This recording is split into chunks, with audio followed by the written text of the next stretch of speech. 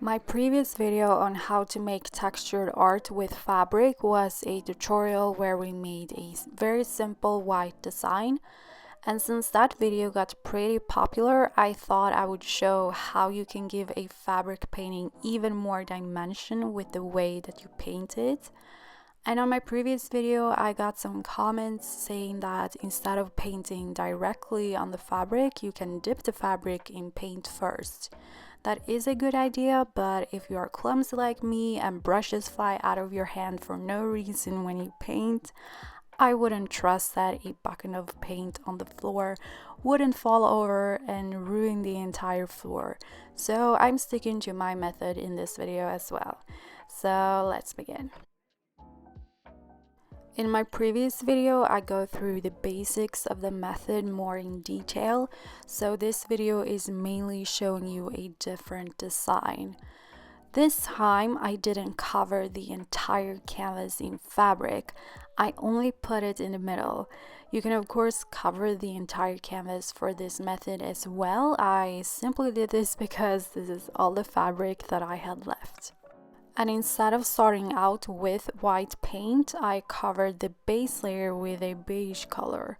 I also shaped the fabric after applying the paint rather than before, because this time I didn't want it to be in a specific folded pattern.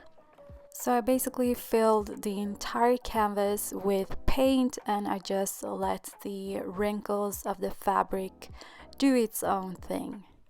As usual, you want to make sure that you cover the sides of the canvas frame in paint as well.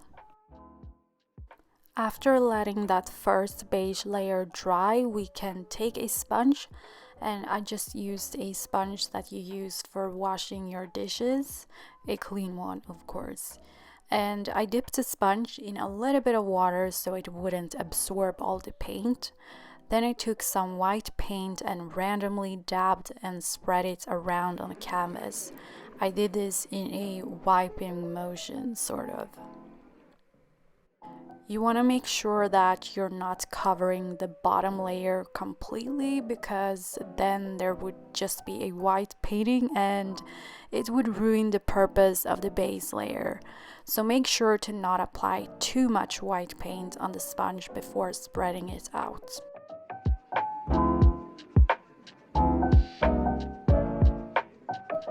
At this point, I thought the painting looked a little bit pale, so I took some darker paint in the same color palette and mainly dabbed it right on top of the folds, but also a little bit in between them. And again, you don't want to do too much of this so that you cover everything that we did before. You just want to add a little touch of paint. So you can just play around with this and add color on feeling and stop when you feel like you're done. After all paint had dried, I flipped the canvas over and glued and folded the remaining fabric in the back.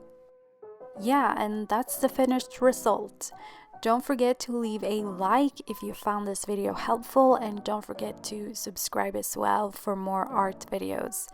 And thank you so much for watching.